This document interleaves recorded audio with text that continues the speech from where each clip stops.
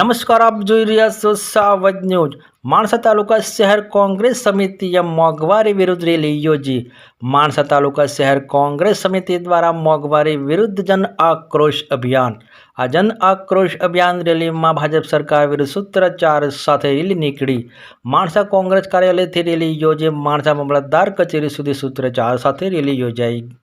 केंद्र ने गुजरात राज्य सरकार ने નીતિઓના કારણે સતત વધી રહેલા મારફાટ મોંઘવારી, આવશ્યક ચીજવસ્તુઓના ભાવ વધારો તથા સામાન્ય જનતાને પડી રહેલી આર્થિક મુશ્કેલીઓને લઈ માણસા કોંગ્રેસ સમિતિ દ્વારા માણસા મામલતદારશ્રીને આવેદનપત્ર આપવામાં આવ્યું।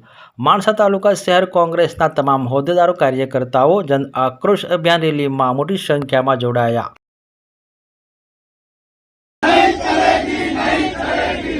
विरोधी ये सरकार नहीं चलेगी, नहीं चलेगी। जाति विरोधी ये सरकार नहीं चलेगी, नहीं चलेगी। मामलतदार ऑफिस में आज आवेदनपत्र आपवामां आव्युं, जेनी अंदर माणसा तालुका समिति, माणसा कोंग्रेस की शहर समिति अने तमाम माणसा सिटी अने आजूबाजू गामना खेडूतो जे मोंघवारीथी त्रस्त है, जेम के पेट्रोल होय, डीजल होय, एलपीजी होय, सीएनजी होय, खाद्य तेल होय अथवा तो जीवन जरूरियात तमाम वस्तुओं में दिन प्रतिदिन सरकार मोंघवारी कहता कि एटली बधी मोंघवारी थई छे, एटली बधी मोंघवारी थई छे कि જ્યારે કોંગ્રેસની સરકારમાં 60 રૂપિયા ડીઝલ પેટ્રોલ મળતું હતું ત્યારે મોદી સાહેબને એવું લાગતું હતું કે દેશ ખાડે જઈ રહ્યો છે અને એમના શાસનમાં આજે 100 ને પાર પેટ્રોલ ડીઝલ કરી ચૂક્યું છે, છતાં પણ એ ભગતના ચશ્મા પહેરીને ફરે છે કે બસ વિકાસ વિકાસ દેખાય છે, પણ અમને ક્યાંય વિકાસ નથી દેખાતો।